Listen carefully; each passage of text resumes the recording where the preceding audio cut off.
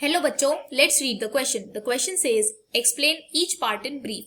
In what respect are all parts of electromagnetic spectrum same?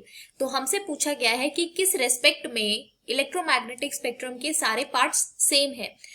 तो यहाँ जो की कॉन्सेप्ट हम यूज करेंगे वो यूज करेंगे दैट इलेक्ट्रोमैग्नेटिक स्पेक्ट्रम के अगर हम पार्ट्स लिखें तो वो होते हैं गामा रेज,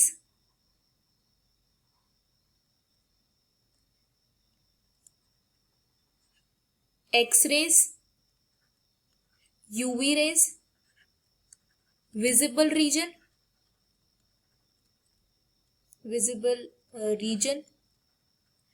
इंफ्रारेड रेज,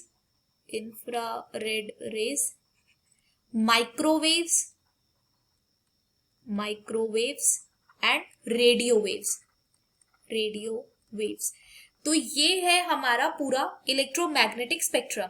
और अगर हम इलेक्ट्रोमैग्नेटिक स्पेक्ट्रम की बात करें तो इलेक्ट्रोमैग्नेटिक स्पेक्ट्रम में जब हम यहां लेफ्ट टू राइट मूव करते हैं तो यहां वेवलेंथ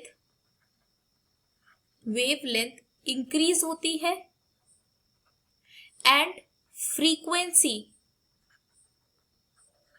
फ्रीक्वेंसी डिक्रीज होती है। तो यहां हम बोल रहे हैं कि जब हम लेफ्ट टू राइट मूव करेंगे इलेक्ट्रोमैग्नेटिक स्पेक्ट्रम में तो यहां वेवलेंथ इंक्रीज होगी और फ्रीक्वेंसी डिक्रीज होगी। तो यहां जो की कॉन्सेप्ट हमने यूज किया वो यूज किया V is equal to F lambda. तो इस इक्वेशन के थ्रू हम देख सकते हैं कि अगर वेवलेंथ इंक्रीज हो रही है तो फ्रीक्वेंसी डिक्रीज होगी, बट किस केस में?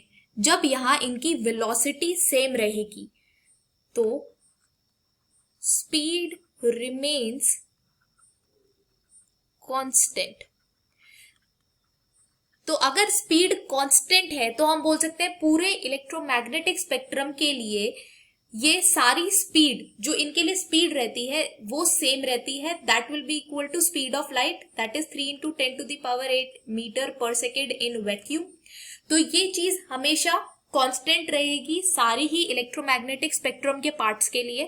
इसी वजह से अगर हम लेफ्ट टू राइट मूव कर रहे हैं तो वेवलेंथ इंक्रीज होगी, फ्रीक्वेंसी डिक्रीज होगी, और अगर हम राइट टू लेफ्ट मूव कर रहे हैं तो वेवलेंथ डिक्रीज होगा एंड फ्रीक्वेंसी इंक्रीज होगी। तो हमने क्या बोला कि जो स्पीड है इसके रेस्पेक्ट में इलेक्ट्रोमैग्नेटिक स्पेक्ट्रम के सारे पार्ट्स सेम है।